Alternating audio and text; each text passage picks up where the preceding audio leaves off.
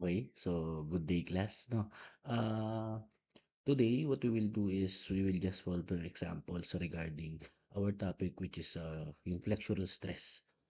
Flexural stress in beam or design in beams na merong flexural stress. So, tandaan nyo lang naman, no? When you say flexural stress, ito yung bending stress na natatanggap ng beam ko, which causes tension and compression sa mga fibers ng beam ko. And since ang concrete is mahina sa compression, or sorry, mahina sa tension, we need to reinforce it with my uh, reinforcing steel bar. So that makes it a RSB or RCB or reinforced concrete beam. Ngayon, yun yung ating main bar. So doon muna tayo, no? So para mas maganda or para mas madali nating maintindihan, again, engineering kasi or RC design is more on repetition kasi talaga. You need to master yung ating, what do you call this? We need to master the topic by practicing how to solve yung mga topics natin. So, wait lang, let me just bring up the problem here. So, if you can see, meron tayong problem sa screen. Okay. Oops. Wait lang. Ayan. Okay. So, meron tayong problem dito. Sabi niya, given the beam, ayan, given the beam, design 300 by 450 millimeter reinforced concrete beam section enough to carry the maximum positive and negative moment with the given factored loads in the figure below. So I have a figure here. This is clearly a prop beam. So pag sinabi mong prop beam, you have a fixed support here at one end and you have a roller support at the other end. So given na yung mga ibang parameters ng beam, no, or ng RC beam, you have your compression strength. F prime C ng concrete would be 21 megapascals. The cover to the centroid of reinforcements, so siguro this is top and bottom, no, is 60 millimeters and still to be used are grade 40 and 25 millimeter diameter steel bars. So now, question is, how do we design this? So, alam naman natin, sabi nga natin, no, when you say flexural stress, it causes tension and compression. So, ang kailangan lang naman natin i-design, since given naman na, when it comes to flexure kasi, there are only two main parameters that you need to consider, or there's two main design parameters that you need to do when you want to design a beam. That's your dimension ng beam, tsaka reinforced steel bars na ilalagay mo. And that way be, and dun sa, depende sa kung anong available sa market nyo, kung anong diameter. In this case, sinabi naman niya, this is 25 millimeter diameter. So, the main question is, dito, if I want to design, syempre, since meron na akong diameter ng beam, meron na akong dimension ng beam, all I need to do now is compute my number ng steel bar. Okay? So, ito yung steel bar natin. So, I think bago kasi natin malaman yun, since meron akong beam dito, what I first want to know, kasi ang design parameter lang naman natin, the main design parameter of a RC or of USD, yung ating topic, is that my design moment or my design strength, this is the design strength of my beam, must be greater or at least equal to dun sa kanyang bubuhatin na MU. Okay? So dito, since meron tayong loading, I think it's very clear that I can find out what's my MU. This is the moment due to my forces. So, since I have a prompt beam here, babalik lang tayo ng structural analysis or ng strength of materials to compute what's the maximum moment here. Kasi, if you come to think about it, the maximum moment if I can design the beam for its maximum positive moment and its maximum negative moment, syempre siya na yung pinakamataas na moment kahit ano pang part na iba since mas mababa yon sa maximum, kaya nga maximum. Therefore, it would be enough to carry. So, most of the time, that's how we design. So, we don't design it per meter, we don't design it, per parts ng beam. Siguro kung mahaba masyado yung beam mo, you can. Pero in a typical beam, what we want to do is to make sure that design is at least capable to carry the maximum moments. So, dito, kung ito yung bubuhatin niya, I think I just make sure na I can carry the maximum moments here. In this case, meron akong positive moment and meron akong negative moment. What are those moments? Siyempre, hindi ko pa alam kasi meron pa yung kasi kailangan ko pang i-solve yun, okay? So dito, sabi din niya dito 'no, these given loads are already factored. So if it's already factored, I don't need to use, ah, yung aking 1.2 dead load plus 1.6 live load already kasi since this is factored, that's already taken into account. Okay? So, sorry. So how do we do that now? So, 'di ba, paano ba natin gagawin 'yun? Okay. So, this is an indeterminate structure na. So, for an indeterminate structure, this is a prop beam. So, the I'll show you the what do you call this?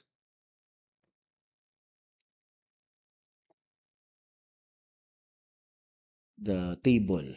Okay? Since alam ko medyo mas madali sa inyo 'to, no? Okay. Okay, eto. Nung structural analysis kayo, you were sorry, this is the wrong table. This is for fixed-ended beams. Dito tayo sa, dito tayo sa, ayan. Okay. Okay, dito tayo. Ayan. Okay. So, sabi ko naman sa inyo, no? Kahit ito, tsaka yung fixed end lang yung memorize nyo kung gusto nyo i-memorize. Pero again, kung memorize nyo to, if you already memorize this, you can already know the moment at A due to superposition. Okay, paano ba yan? So, papansinin natin dito, meron tayong uh, two uniform loads. So, meron akong 100 na kilonewton per meter na load from 0 to 3. Then I have a 50 kilonewton meter from 3 to 6. Okay? Kasi 3 meters yan. Ngayon, kung titignan ko dito, wala. Tama? Walang ganyan na loading. So, hahatiin ko yan into superposition to carry or to know kung ano yung pwede kong gamitin. So, kung papansinin mo kasi, eto, this part here, this load here, meron akong kalahati, 100 kalahati, sakto, no? Tama, so I can just easily use this to solve for the 100 kilonewton per meter load, yung moment niya dito sa A. Kasi I can get the fixed end moment here, sorry, here, using this diagram. Pero the problem is, yung 50, hindi ko na kayang isolve yan. Tama, wala sa figure. Kung ito yung figure na minimarize ko. So what do we do? If I want to use the table, since ganito lang yung mga meron ako, ito yung gagawin ko. I will divide it into two uniform loads pero ganito. Tama? Isang uniform load na throughout which is 50. Siyempre ito 50 lang din yan. Tapos ito would also be, oops, ito would also be 50 kilonewton per meter. Etong buong to. Kung papansinin mo kasi, if I call this my load 1, tapos ito yung load 2, si load 1, ito lang siya. Tama? And si load 2, since kalahati din yan, ito lang din siya.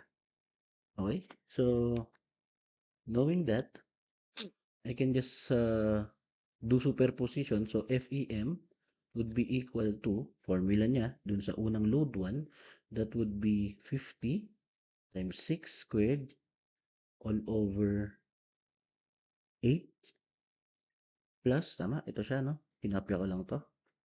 Ngayon, meron din tayong isa plus 9 times, oops, 9 times, and this is 50 again, kasi load 2 natin is also 50. Hinati natin siya, no? 50 para dun sa load 1, 50 para sa load 2. So, this would be 50. 9 times 50. multiplied by 6 squared all over 128. So let's compute what's the FEM. 50 times 6 squared over 8 plus 9 times 50 times 6 squared over 128. So 351.562. So FEM AB is equal to 351.5625 kilo Newton meter. Okay. Yan ang sagot. Tama. Pero, what if hindi ko memorize tong formula na to? Kasi, but kahit ako, even I do not memorize this or does not have a good enough memory to know what are all these FEMs for each of these types of loadings. Kita ko, hindi ko alam yon. So, anong ginagawa ko? So, instead of memorizing everything, I only memorize this formula. Okay? So, eto lang. So, okay na tayo dito na. Kung memorize mo yan, you stop it at here, you know what's the FEM. Ngayon, hindi ko nga memorize, no? Anong gagawin natin? Ito lang ang memorize ko. Yung point load. So, sa point load kasi, the formula would be P over L squared times quantity B squared A plus B squared A plus A squared. Baliktaran lang naman yan, no? B squared A squared B. Siyempre, ito over 2. A squared B over 2. Ayan, pinapya ko lang naman yan, di ba? So, this is now my FEM. Okay, so paano pag yan lang yung memorize ko? What do we do? Okay, ito. Okay, so this is now my FEM ng aking point load. So what we do is to use integration. Kasi di ba integration is just the addition of all of infinitely many points. So since ito is a point load, so single point lang yan. Since gusto ko marami siya, yung single point na yan, nag-exist siya sa maraming points. I can use integration. So basically yun isa kasi yun sa pinakamagandang gamit ni FEM. So kung ito yung memorize ko, I will have FEM A. So, FEMA is equal to the integral. Okay, hatiin ulit natin. Or sorry, huwag na natin hatiin, no? Gawin natin, kunyari ganyan lang. I consider is a 100 kilonewton load tsaka 50 kilonewton load. So, let's start with the 100 kilonewton load. So, yung 100 kilonewton load na yan, ang kanyang limits is from 0 to 3. Tama? So, this is from 0 to 3.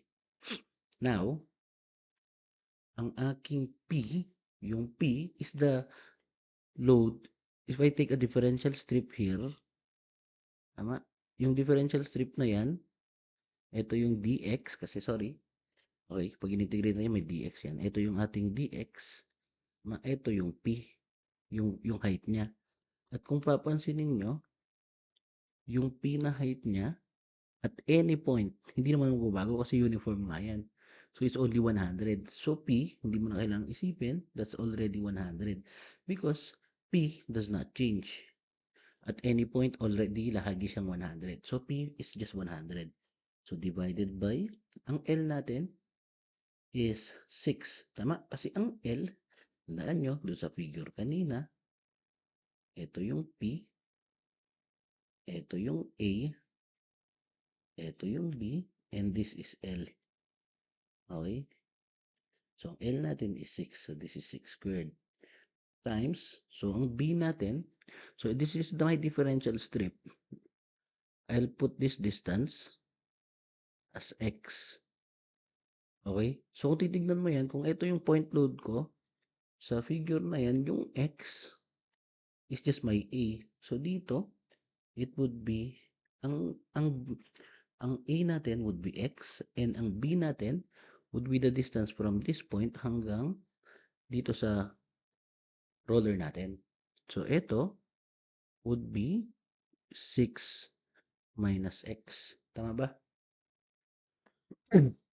So, if it's 6 minus x, eto would be, pasensya na medyo sinisipon tayo.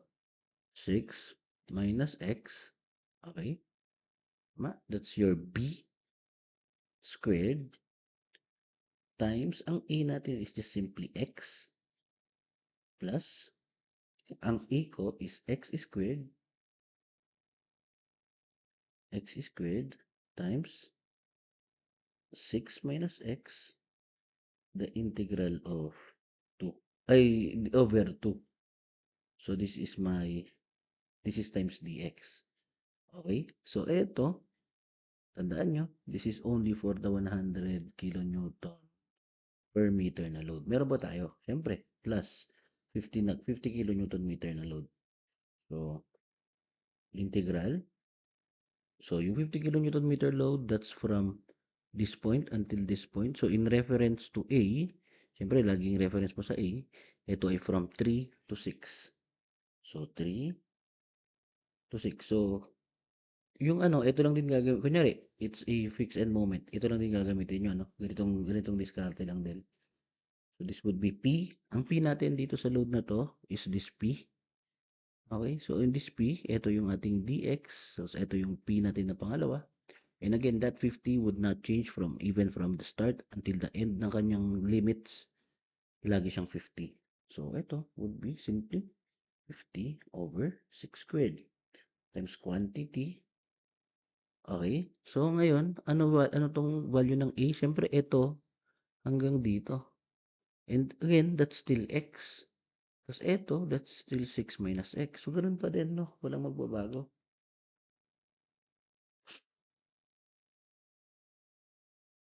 Oops. This is 6. 6 minus x squared. 6 minus x squared times quantity x. Oops, bakit nag-x squared ako doon? 6 minus x squared times x plus, wait na, okay.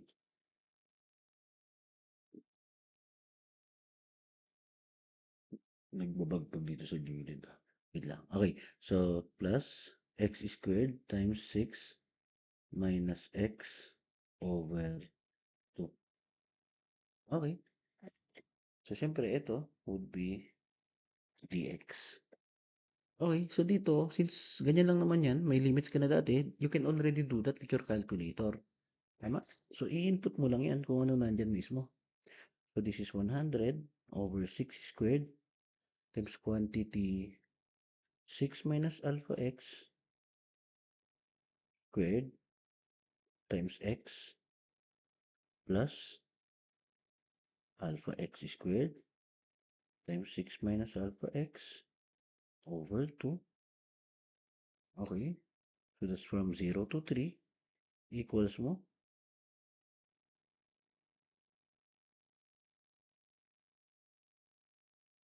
Kulang ako ng, okay. Answer, dun sa una muna, sa isayin lang para kayanin ng calcu. So, this is 253.125. Siyempre, kilonewton meter plus, yung kabila naman, papalitan ko lang yung limits. Ang pinagkaiba lang naman yan, yung limits eh. This is 3, this is 6. Tapos ito would now be 50.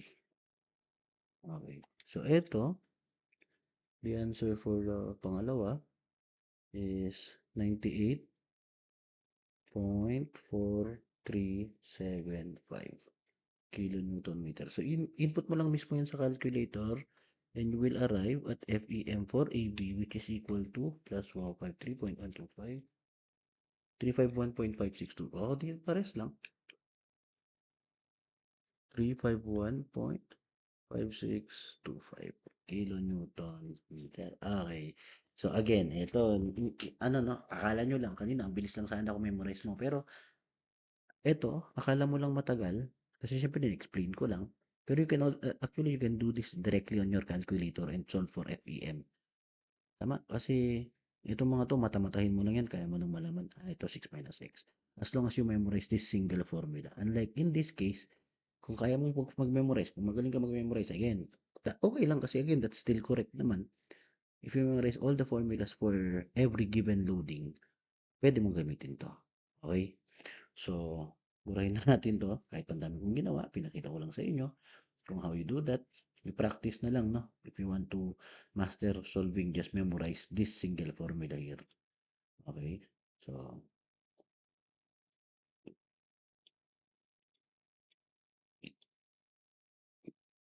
okay. Now, sorry, excuse me.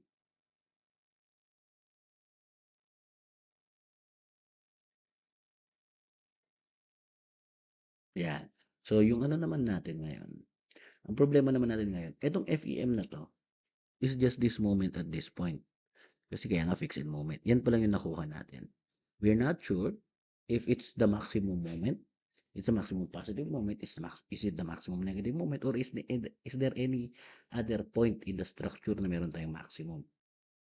So how do we solve that? How do we go about that? So syempre, gagawa tayo ng tinatawag nating pagbabalik ni Sheeran moment diagram. Okay, so let's make a Sheeran moment diagram here. Medyo palitin na lang natin para mas makita. Ayan. So, dalawa lang naman yung mga ano natin, no, discontinuity points. Ay, sorry, tatlo. Dalawang ends, A, B, tapos yung gitna niya, C. Okay. So, ito yung aking shear moment diagram. Oh, siguro naman, marunong naman kayong lahat gumawa ng shear moment diagram, no? And lahat naman siguro kayo marunong mag-area method. Okay. So, now, bago pala tayo mag-solve ng shear moment diagram, I think we need to solve for the reaction here. Okay? So, how do we do that? Napakasimple lang. Oops. Iba ko lang to. Ayan. Okay. If the FEM here is given to be 351.5625, syempre dito kasi meron tayong force dito, meron din tayong force dito. Okay. So ito tawagin natin tong RA, Y, ito RB. May REX tayo, pero alam ko again, this is just zero. Kasi if I do summation of forces along X, automatic zero na yan. Okay, so how we do RAY? Hindi ka lang, mag-moment ka lang sa B kasi alam mo naman na yung moment. We take moment at point B, so summation. So for RAY, summation of moment at point B, this is equal to 0. We will have, since ito ay counterclockwise, at unahin natin yung RAY. RAY, so RAY times 6, that's positive, tama, positive moment, minus 351.5625 plus 100 times 3, 100 times 3 times 4.5. Okay, 4.5 yan, no? 3 over 2 plus 3 plus 50 times 3 times 1.5. This is equal to 0. And you will already solve for RAY. So, 351.5625 times minus or sorry, plus 100 times 3 times 4.5 plus 50 times 3 times 1.5. So this is divided by 6. This is 321.09.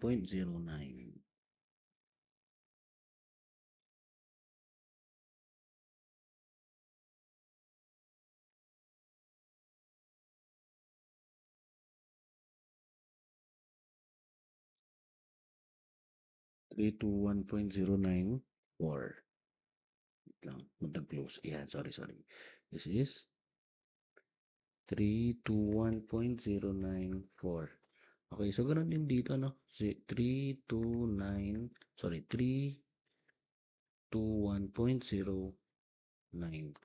This is kilonewton. I don't think kailangan ko natin isolve si B kasi kaya ko namang i-area method to without knowing what's my RB.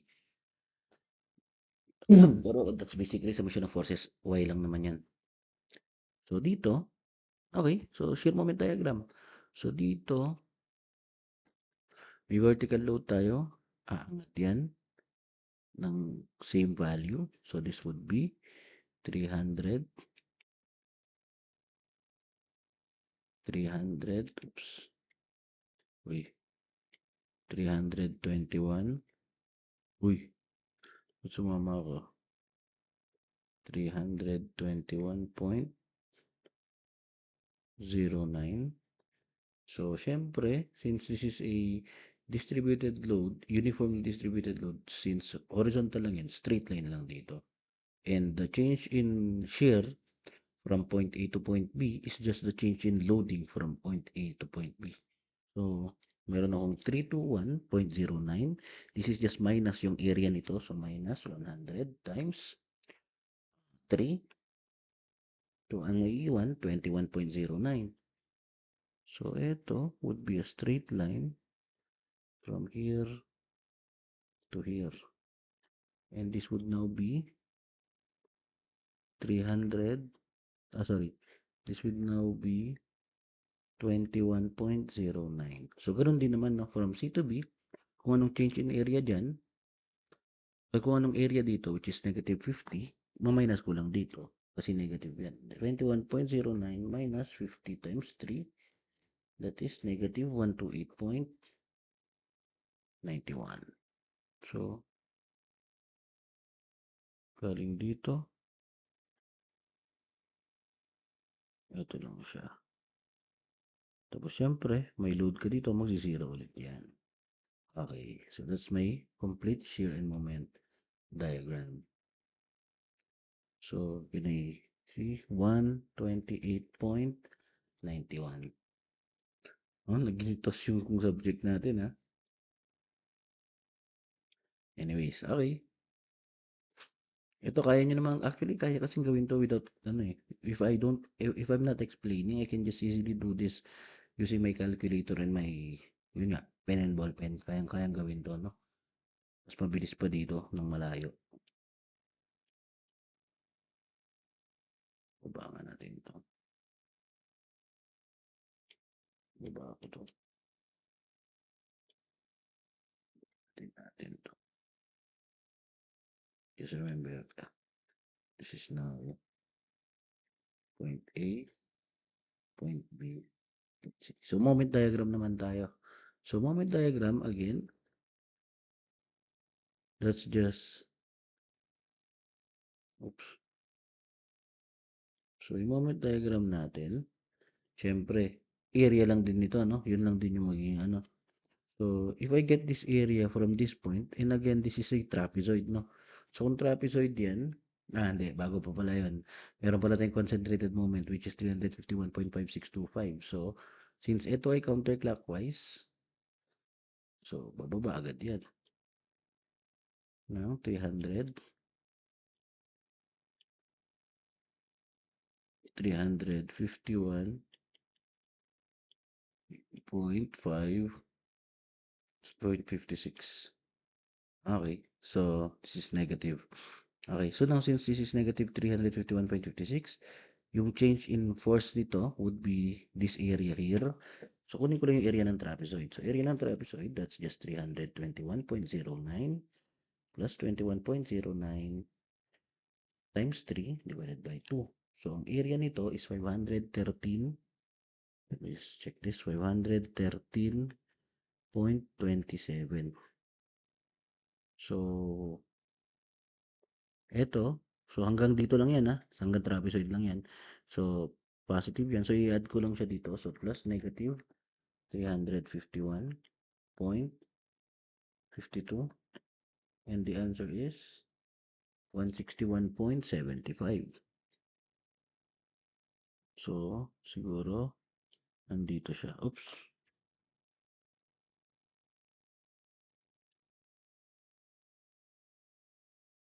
161.75.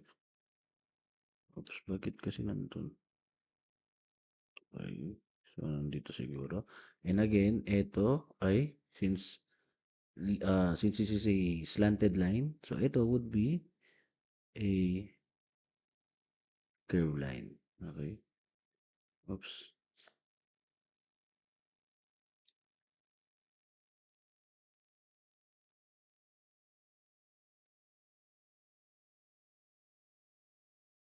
Konti lang naman, hindi naman siya masyadong slanted.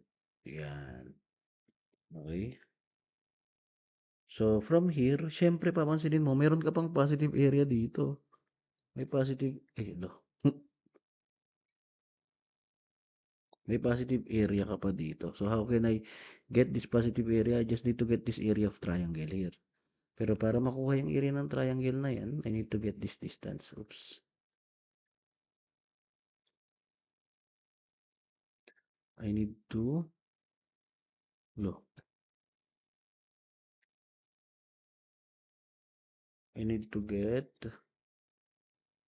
this distance here until here. Okay?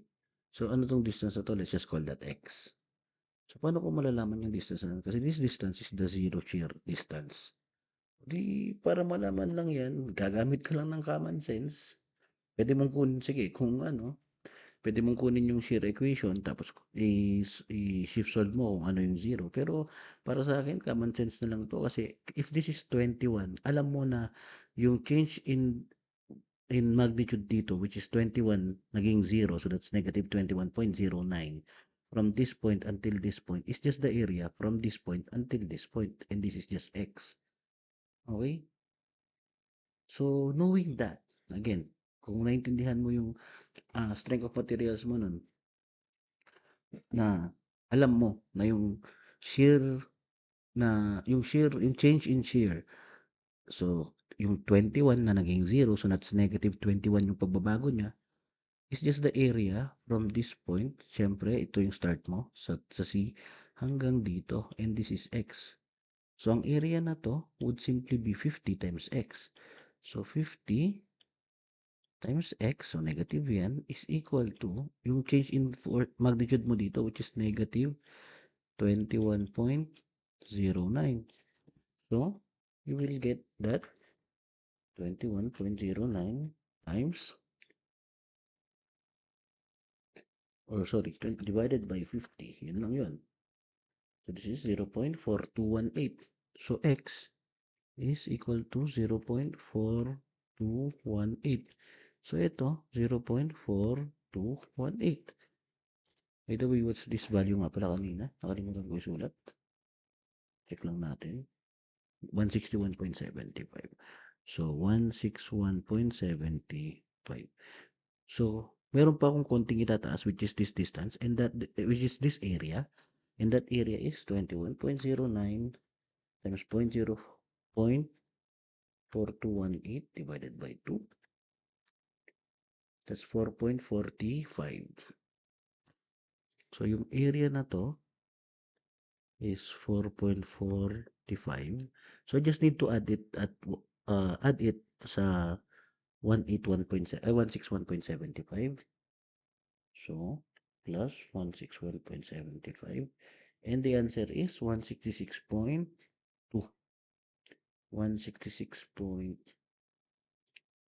166.19 or point 2. So, na yun.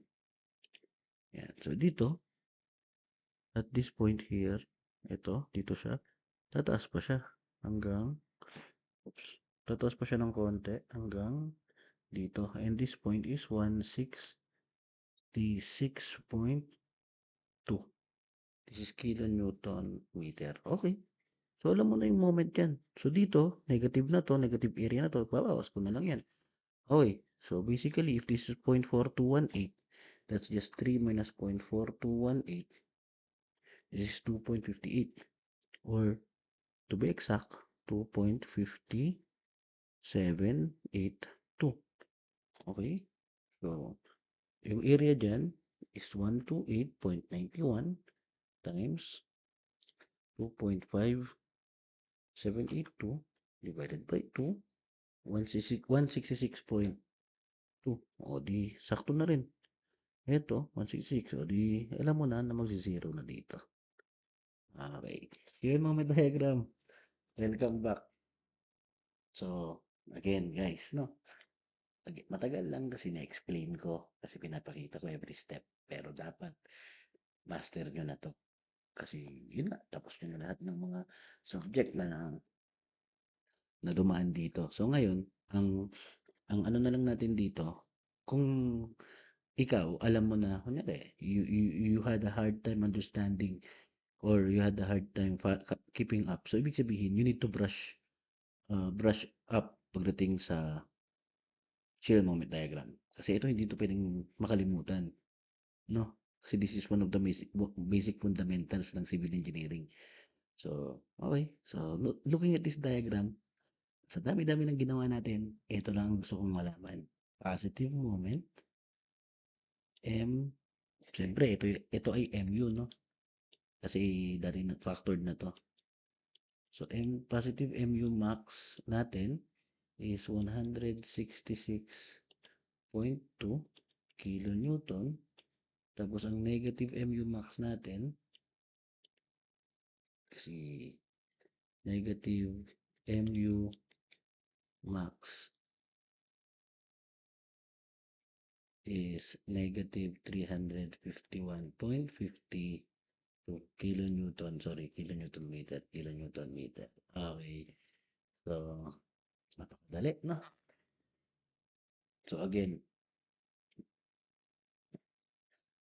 10 minutes, kaya dapat yan, no? Calculator lang buhat.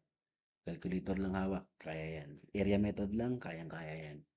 Okay, so again, make sure that you already mastered this. If not, brush up on shear and moment diagram. Okay, so now that I know my maximum positive moment, and maximum negative moment, so ibig sabihin, if I design my beam to withstand a positive moment na 166.2, ibig sabihin, kahit saang point dyan, kasi ito na yung pinakamataas kaya niya na lahat yan. Same goes with the negative 351. So, sa support, pagka nilagay ko dito, kakayanin ng 351, kahit dito sa part na to, definitely kakayanin din niya. Okay? So, since I'll design the beam to withstand or to be enough to carry yung ating maximum loads, ibig sabihin, anywhere na mas mababa doon, kakayanin din niya.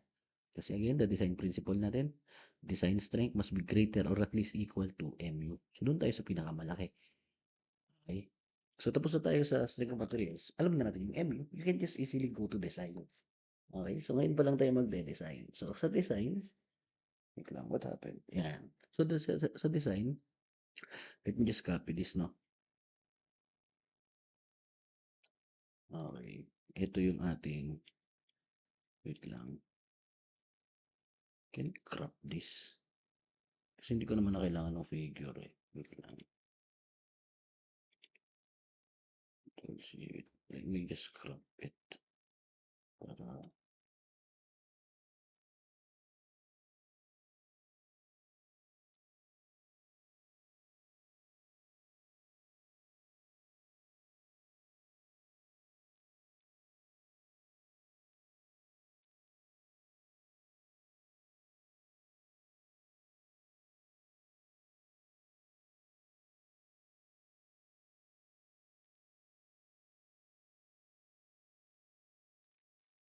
so, so, sa design natin, meron tayong sabi niya, a 300 by 450 millimeter RC beam section enough to carry the maximum moment. So, kailangan ko lang i-design yung beam na kakayanin itong moment na to. So,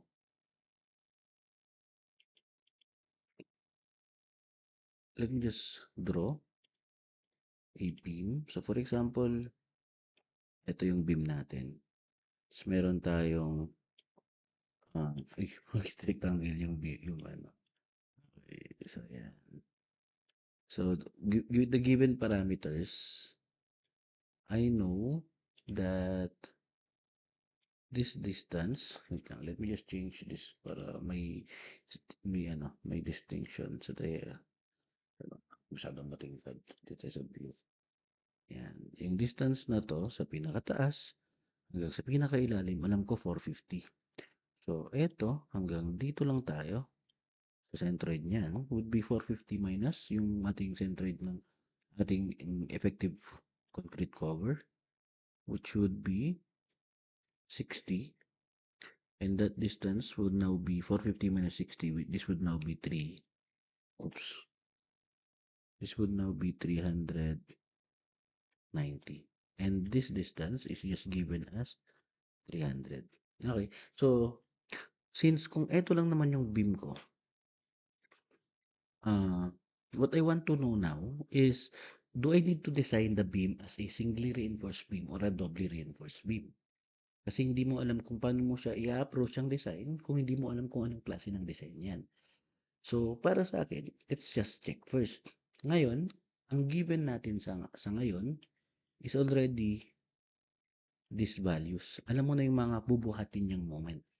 So therefore, if I calculate the maximum moment possible for an SRB beam and compare it to these values, malalaman ko na kung anong klaseng design yung gagamitin ko. I just need to know what's my maximum moment or what's my maximum moment that can be carried by a singly reinforced beam.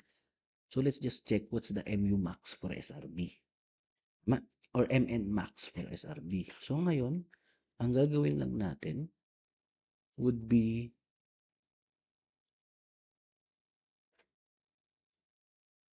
so, yun nga, no? So what we do is we just compute for the maximum moment that can be carried by a singly reinforced beam para alam ko na if that moment would be greater than dito sa mga values na to, we can just simply design it as a singly reinforced beam. Siyempre if not, siyempre what we will do is to design it as a doubly reinforced beam. So paano ba gawin yun? Eh di, gawin natin yung pinaka-basic. Kunin natin yung MU max in terms of, or solve natin yan using what I know, which is yung ating Cmax. So Cmax is just 3 over 8 ng ating D, which is my 390. And this is 3 over 8 times 390. This is 146.25.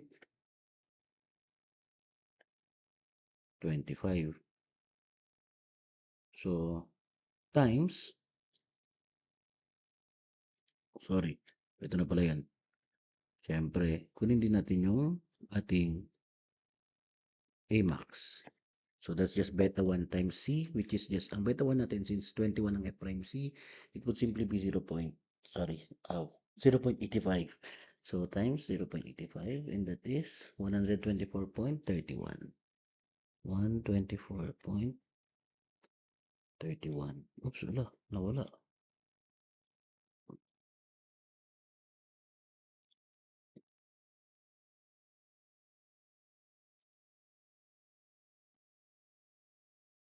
Okay,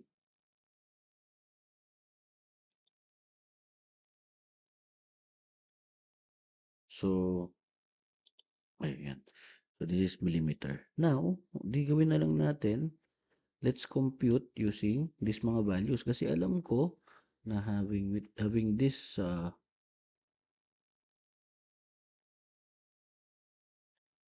meron tayong stress block dito, which is my compression block. Tapos dito meron akong tension. Okay. Tapos dito syempre meron yung compression.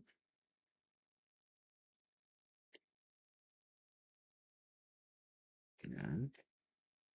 And again, this is my compression. This is my tension. And the distance between the both of them would be D minus A over 2. Kasi itong distance na to would be A. Okay. So the moment of these forces would be, or these stresses would be Mn max. Siyempre, this is my maximum Mn. So Mn max would be equal to 0.85. So mag-moment ako dito, no? Para makuha natin yung maximum moment would be 0.85 F prime C A na lang times F prime C, A times B times D minus A over 2. And again, para maging max yan, dapat lahat to naka-maximum din. So this would be A max and this would also be A max. So this would be 0.85 times 21 times 124.31 times 300 times D, which is 390, minus 124.31 over 2. Okay? So the answer here would be 218. Tama ba? 218.244. Check lang natin. So, MN max is just 214. Sorry, 218. No? Ano nyo na lang to I-confirm nyo. Kung may mali, sabihan nyo ako. 0.24 kilonewton meter. So, syempre, i-design natin to. So, my phi mn would be, and phi would be just be 0.9, no? So, times 0.9, 196.42. 196.42 kilonewton meter. Okay. So, this is my phi mn. Oops. This would be my phi mn max. So, kung papansinin mo, this is for SRP. Kung papansinin mo dito, ito yung loads natin kanina. Ito is less than Pmn max. Therefore, pagdating sa positive moment, I can just simply use SRB. Now, in this case, ito is greater than my phi mn max. So, pagdating sa negative moment, I need to design it as drb. Okay. Simple na. So, tabi ko na lang to, no? Kasi tapos naman natin gamitin. Mamaya babalikan natin yan. Lagyan natin siya dito. Okay. Okay, now, simulan na lang natin sa maximum positive moment. So, sa maximum positive moment, what I have is positive mu max na itong value na to. So, ito, it needs to carry 166.2. So, kung titignan natin, yung mn niya must be 166.2, siyempre divided by my phi, kasi mu to, which is 0.9. And this is 166.2, 184.67 kilonewton meter. Okay, so ngayon, again, tandaan nyo lang, no? I can design this as uh, SRB kasi it's less than yung ating maximum. Okay? So, napakasimple na lang. I can see, ano na lang to, very basic na lang to, repetition na lang ng procedure natin. I can just use this formula, Mn is equal to 0.85 F prime C beta 1C times B times D minus beta 1C over 2. Or pwede ko rin namang i-a yan. So, 184.67. This is equal to 0.85 times 21 times, teka nga, gawin na lang natin tong A, parehas lang naman. A yan, A yan. Okay. So, A times 300 times 390 minus A over 2. Sorry. This must be times 10 raised to 6. To convert yung kilonewton meter into Newton per millimeter, Newton millimeter para maging consistent tayo. Okay. So,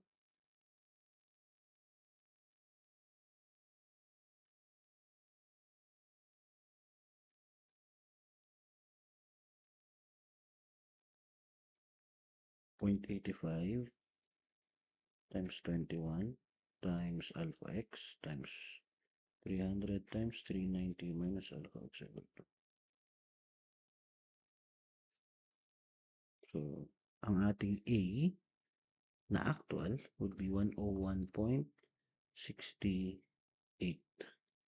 This is millimeter. So, I just need to divide it by 0.85 para makuha ang C na 119.62 millimeter. You can also check if it yields, pero I'm sure it yields na kasi kinonfirm natin dito. Pero again, baka kailanganin. 600, that's just formula 600 times D minus C over,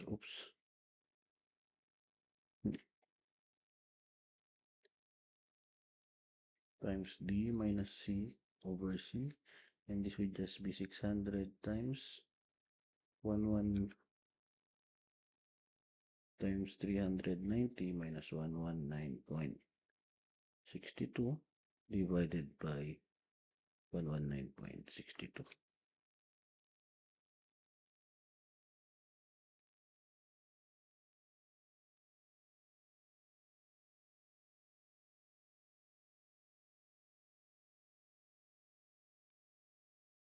1356. Okay?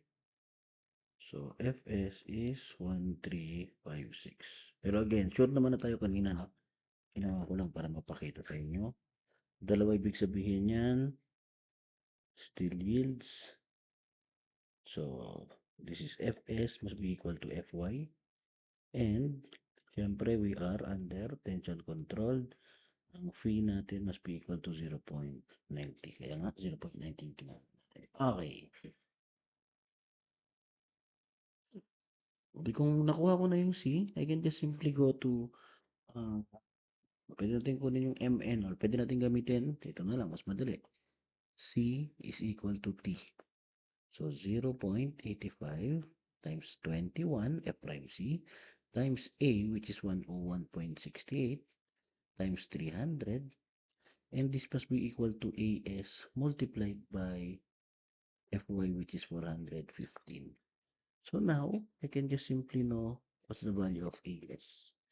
So 0.85 times 21 times 101.68 times 300 divided by 415. 1312.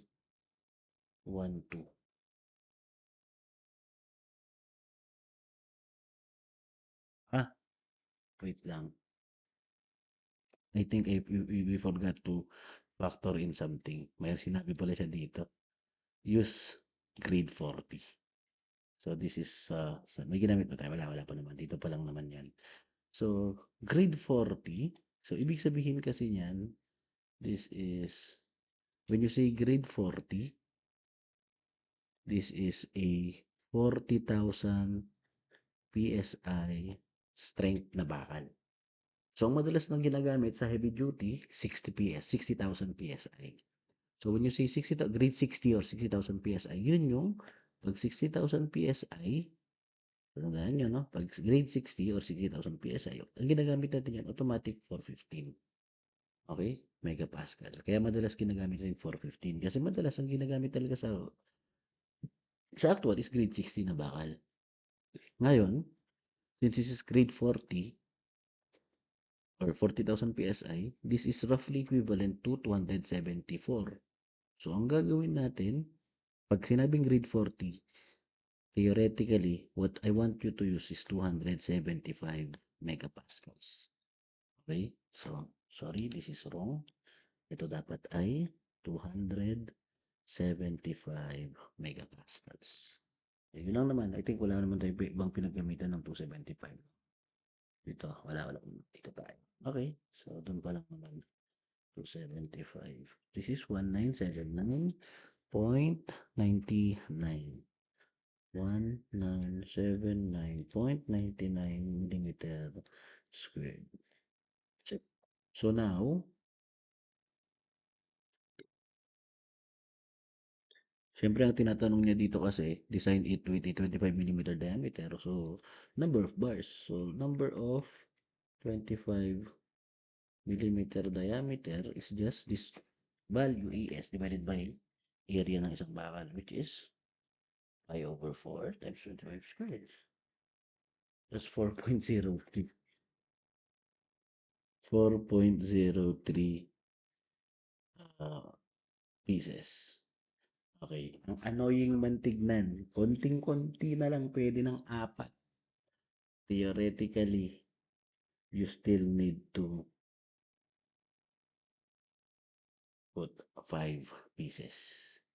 Okay, you still need to round up. We are not allowed to round down.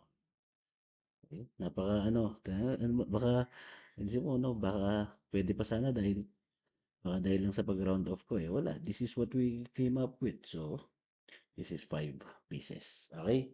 So, ibig sabihin, if I want to design the beam, ito lang siya, and this is required to be 5 pieces na. So, madalas na ginagawa dito, sinusulat lang naman dito is 5 na 25 mm. Just remember that 25 mm, that 25 mm is grade 40. Okay, so that's the answer for the design ng positive moment. So, doon naman tayo sa design ng negative moment. So, sa design ng negative moment, wait nga lang. Let me just copy everything here para mabilis ako mag-drawing.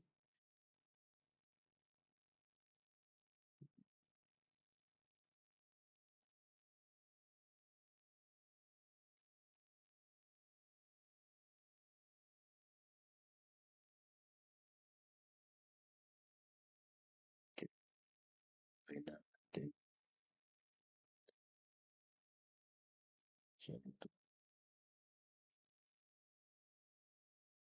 So, ngayon, para sa maximum negative moment, babalik ta rin lang naman natin. No? Baliktad pala. So, dito, since DRB siya, this is DRB design, and again, negative moment. So, wag na kayo malito pag negative or positive moment. Babalik ta rin mo lang naman kung ano ang tension side at compression side. So, since this is negative moment, ito ang aking AS, ito ang aking A prime S. So, this would be, oops, sorry, this would be my AS, and this would now be my A prime S. And the stress diagram would now be, ito yung compression side, ito na yung tension side. Oops. Okay, so this is my, wag kasi nung sinimulan. Yan. Okay. So this would be my compression, and this would now be tension. Pero, alam naman na natin, dati, kanina pa natin ano to, na-compute to, that this SRB design is not adequate for us to carry this type of moment. Tama? So, what we will do is to add a compression bar, kaya nga meron tayong A prime S. Okay? So, sa A prime S na yon, dito, magdadagdag tayo ng tension 2. Okay? So, magdadagdag tayo ng bakal para buhatin yung ating beam. Tama? Para buhatin yung ating moment. So, kung papansinin mo kasi, since nagdagdag tayo ng bakal dyan, para it's still a tension controlled beam, I need to add another compression steel. So, meron tayong A prime S. So, dito, gagawin na lang natin, this would be my tension 1, and this would be my tension 2, This would be my compression of my concrete. And this would be my compression ng aking steel. Tama? So, ito would be AS1, FY. This would be my AS2, FY. Ito yung my compression kung concrete. Ito yung aking CS. So, this is my A prime S, F prime S. Okay? So, let's just compute, no? Alam ko na ito would now be my MN1. Then ito would be my MN2. Kaya dalawa yan kasi if I add it, it would now be enough to carry my MN, which is equal to 351.52, 351.52 divided by, syempre, phi, and this is 390.5577, 390.58 kilonewton meter. Okay? Sorry, naputol. Anyways, so it must be enough to carry 390.58 kilonewton meter yung MN1 plus MN2. So if we design, ang gagawin natin, since ako na yung nagde-design, ang gagawin ko, i-maximize ko na to. So in order for me to do that, this MN1 would now just be equal to my MN max. Na-compute na natin to kanina, di ba? Kasi MN max is already known to be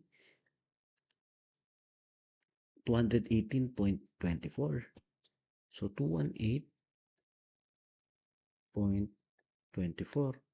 So dapat si MN2, kaya niyang buhatin para maging equal siya doon, would be 218.24 minus 390.58, 172.34. Tama, ganoon lang naman siya kasimple.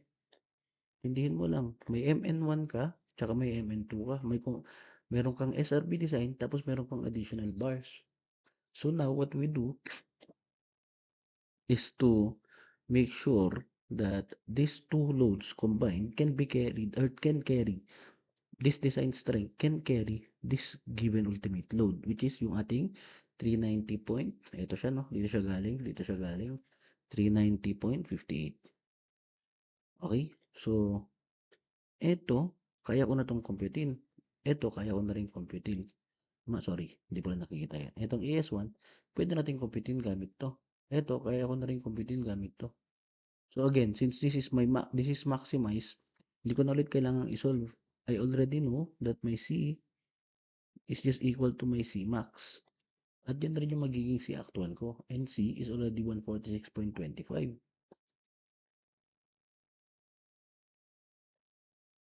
So sa design, mas madali sa design, no?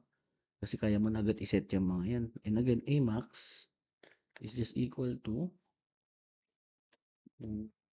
124.31. 124.31. This is millimeters. Okay. So, let's just solve for AS1 kasi again, I know that this distance until this distance is given to be D minus A over 2. Tapos mamaya, gagamitin naman natin to. Itong distance na to would now be D minus D prime. Okay. So now, knowing that, I can just use the formula for Mn max, which is my Mn1, no? Is equal to AS1, tama? AS1, Fy, which is F1 is 275 times 390 minus 124 kasi 8 no? 0.31 would be or divided by 2. And again, Mn1 is 218.24. Okay. So, ito rin kasi this is my AS max. 218.24 times 10 raised to 6. Siyempre, ito ay times 10 raised to 6 divided by 275 times 390 minus 124.31 over 2. This is 2420. So, AS1 is equal to 2420.31 66 to 420.66 or 0.7. Pwede naman na yan. Konti na lang naman yan. This is millimeter square. Siyempre, after solving AS1, I can just solve for AS2. So, how do we solve for AS2? Di ganun din, no? So, wait lang. Hatiin lang natin. So, para sa mga nagtatara, sir, o para sa nagtatanong, since alam ko naman, sir, na maximum lahat nito, pwede ko bang gamitin si AS max using the formula AS max is equal to rho max times BD. Tama ba? Tapos yung rho max, 0.85, F prime C, beta 1, all over Fy, times design is 3 over 8, times B, which is 300, times 390. Pwede ko bang gamitin to, sir, para agad-agad masolve ko na to? Yes, you can. Ma, pwede mong gamitin. Again, I'm sure, ito rin yung lalabas sa sagot dyan. Pero syempre, dun tayo sa formula. Hindi, dun tayo sa concept. Okay, so dito tayo. So, MN2 naman. MN2, again, is just equal to, pwede tayo mag-moment sa taas, no? I'll take moment at this point para dito tayo sa A prime S. So, A prime S multiplied by, so A prime S, wait lang, MN2 is already known to be 172.34 times 10 raised to 6 is equal to A prime S multiplied by 275 times D, which is 390, minus A natin is, ay sorry, D prime natin is 60. Tama? D prime natin is given as ito, 60. Kasi yun naman sinabi niya. So, this is equal to ang ating A prime S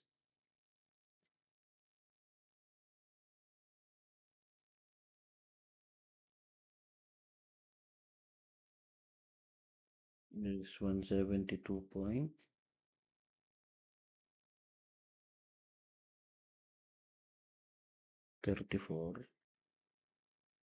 times 10 raised to 6 divided by 275 times 390 minus 60. 1899.06. Ay, baliktad. 1899.06 millimeter square. Sorry. May mali pala. This is not A prime S. This is A S2. Ito rin pala, sorry. AS2. Kasi nag-moment ako sa taas. AS. Nag-moment tayo dito. Mag-moment na ba tayo dito sa baba? Hindi pa tayo dito pwede mag-moment sa taas kasi I don't know if this is F prime S or Fy. Iko-confirm pa natin mamaya. Pero in this case, dito muna tayo mag-moment to easily get what's my AS2. Okay. Okay. Now, I can just simply solve for my AS total, which is my AS1 plus AS2. So, this is 1899.06 plus 2420.66, 4319. So, this is 4319.72. Para diretso na, I just get the number of 25 mm bars. This is equal to divided by or 1 over pi over 4 times 25 squared. This is 8.8,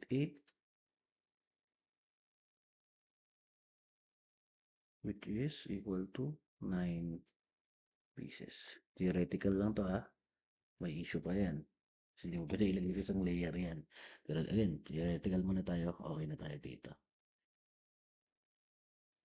Okay, so now, knowing that, ano nang gagawin natin? Let's just try to solve for A prime S naman. Kasi yun na lang yung kulang, no? I already have my tension bars.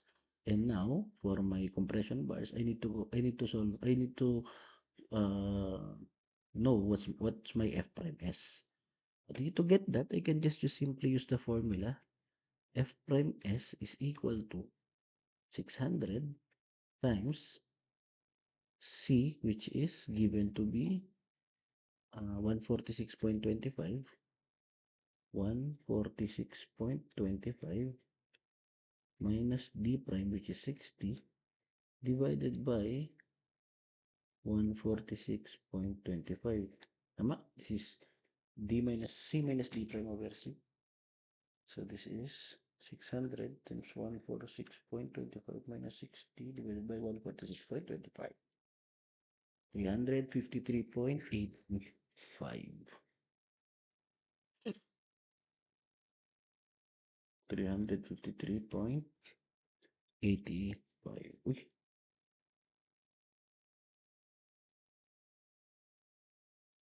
and this is my 85, oh tama, 85 megapascals. Okay, so therefore, compression still does not yield. Use the actual value of F prime S. Okay. So, paano natin masasolve? Eh, di ano na lang tayo, no? Kasi having this, alam ko na equilibrium to. Therefore, my T2 must be equal to my CS. So, CS is equal to T2. CS is A prime S times F prime S, which is equal to T2 is AS2 times Fy. So, ayusin na lang natin, no? Sa ating bante, para sa ganda. Okay. A prime S is equal to, ang ating AS2 is 1899.06. 1899.06 times ang ating Fy is for 275. Siyempre, divided by, ah, uy, ayun, may mali na naman tayo. Ayusin na lang natin. Ang ating, ang ating Fy is only 270, no? So, this is greater than, nasanay kasi tayo sa, ayan, ha? Napakita ko lang sa inyo na huwag kayong huwag niyong sanayin yung sarili niyo sa laging 415 na. So, this is greater than 275. So, therefore, CS yields. So, if it yields, therefore, Fs is equal to Fy. Kapag Fs is equal to Fy, automatic na yan, A prime S times Fy is equal to AS2 times Fy. Cancel? Cancel. Since same silang Fy, A prime S is equal to my AS2, which is 1899 millimeter square.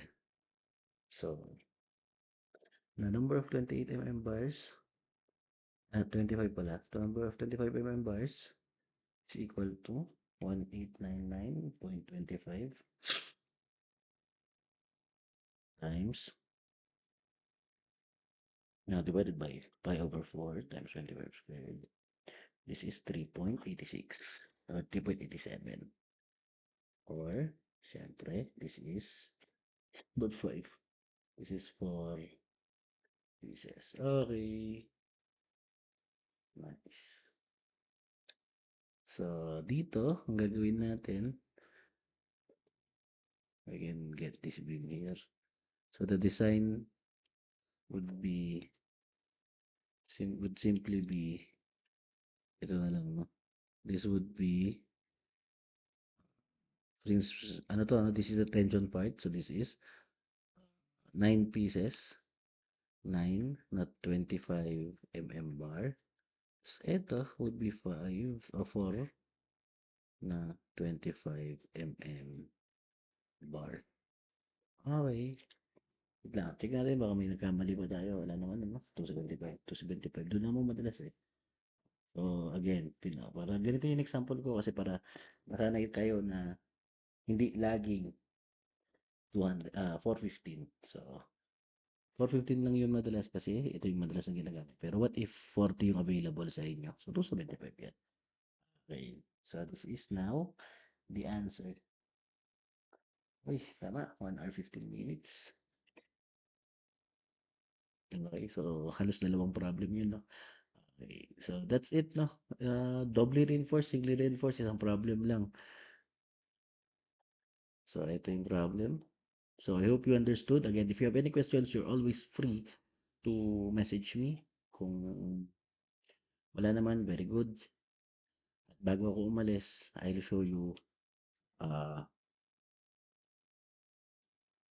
problem.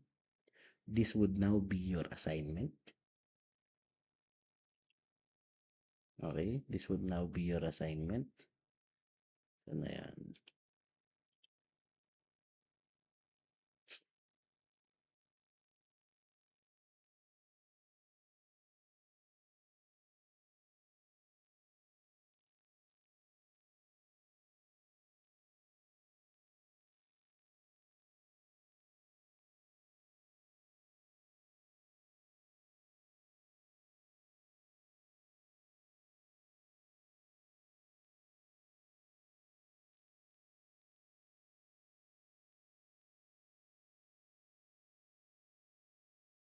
Okay, wait lang. Okay.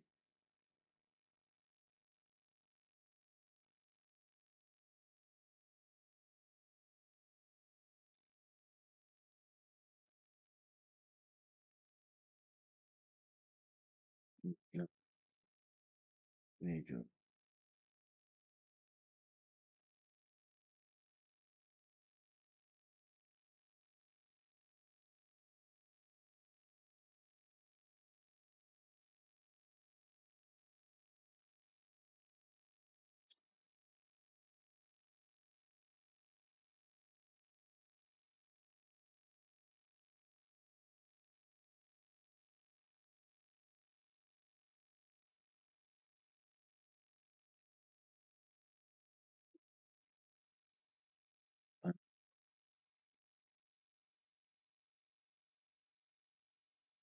Station to ba yun? Yan. Assignment. Tanggalin na nga natin itong mukha ko. Lagyan natin sa ilalim. Okay. So, you are structural engineer of record. A foreman reports that he upgraded your beam design by swapping the grade 40 bars for grade 60 bars of the same quantity. So, ito yung na-compute natin kanina, no? 9 na 25. So, ah pinalitan daw niya ng grade 60. Yun daw in order niya, yun daw yung nilagay niya sa beam. So, the beam dimensions, again, same pa rin, 300 by 450, prime C21. So, hindi naman nagbago yung konkreto. 60 mm pa rin yung concrete cover. Ngayon, nilagay na daw niya, ano, kinabit na niya yung bakal na sinabi mo na dalawang 25 mm, na siyam na 25 mm, apat na 25 mm. So ngayon, ang naging problema lang sa site is that instead of having a grade 40 bar like you designed, what he ordered, yung foreman mo, kung ano man yan, si pinakamagaling na foreman, ang in-order at ang nilagay is grade 60 na bakal. Ngayon, ang tanong, prove mathematically whether the upgraded beams is safer or more dangerous than the original design in terms of failure mode. Okay, so ano ba yung mga failure mode? Yung sinasabi ko sa inyo, abrupt ba yung failure niyan or may warning ba yan, no? So, prove mo mathematically. Paano mo masasabing abrupt failure? Paano mo masasabi kung ang failure mo is may warning or merong ah, may crack, may micro cracks muna bago magkaroon ng biglaang pagbagsak. Okay? So, number two, calculate the new strength reduction factor kung meron man, kung magbabago man, yung fee based on the resulting strain. And number three, based on NSCP 2015 regulations, would you issue a notice of non-compliance justified? So, medyo essay port, medyo essay, no? Huwag niyo ipasagot kay ChatGPT, ha? Anyway, so, i-explain ko lang yung tanong sa inyo, no? So, yun nga, na-design mo na, same pa rin naman yung beam. Same pa rin naman yung problem. So, I will let you screenshot yung, eto, yan. Ay, sorry, yan. Screenshot mo na rin 'to, this is the original problem. Eto rin yung original na beam. So, same pa rin naman yung beam. Ngayon, ang tanging nagbago lang naman is pinalitan niya lang naman ng grade yung bakal. Okay, sabi niya, "Sir, ano 'to, mas malakas 'to kasi grade 60." Grade 60 yung dineliver, kinabit ko na sir. Hindi na kita inantay, ako na nagsabing ikabit na nila, 'di ba? May mga ganyang pangyayari sa site, 'no. "Sir, may dun nag-deliver grade 60. Eh, kinabit ko na." Siyempre ikaw na nag-design, grade 40 yung design mo, yung ginawa natin kanina, dinesign natin, grade 40 yung ginamit natin, tama ba yung sinabi ni foreman na mas maganda yung grade 60 kasi mas malakas yung bakal? Okay? So yun yung unang tanong, you prove mathematically whether it is really upgraded, which is whether it's really safe or not. Okay? So, number three, mag-i-issue ka ba ng non-compliance? So kung sino hindi ba nakakaalam dito, notice of non-compliance, ito yung mga ah, letter na parang, siyempre, if you work on construction na, you issue notice of non-compliance if you found out that certain members of your workforce or yun nga certain members of your workforce did not comply dun sa mga sinabi mong gawin nila or sa mga design na kailangan mong gawin, which resulted into, let's say, delay ng nangyari or more added cost or kung ano bang circumstances na pwedeng mangyari dahil sa hindi nila pagsunod. Okay, so mag-i-issue tayo ng mga ganito kapag medyo malaking nagkaroon ng problema dahil sa hindi na nila pagsunod ng sinabi mo sa kanila. Okay, so justify. Itong number three, this is, I think there's no wrong answer in here. I-justify nyo lang kung ano yung sagot nyo. Siyempre, based on how you prove it and what happened dun sa reduction factor. Okay, what type of design na yung nangyari or what type of failure na yung mangyayari. Compression zone ba, transition zone ba, or what do you call this? Sorry, tension control zone ba? Okay. So this would be your assignment to be passed on Thursday. Kung naabutan niyo 'tong video na 'to, kung meron kayo wala kung ano, kung naabutan niyo 'to, kung last part na 'to, 'di may assignment kayo. Kung wala, eh, 'di hindi niyo naabutan. So, kung naabutan mo 'to, quiet ka na lang. Okay? So, goodbye guys. See you Thursday. Peace. Ay, si Sir Jun. Peace.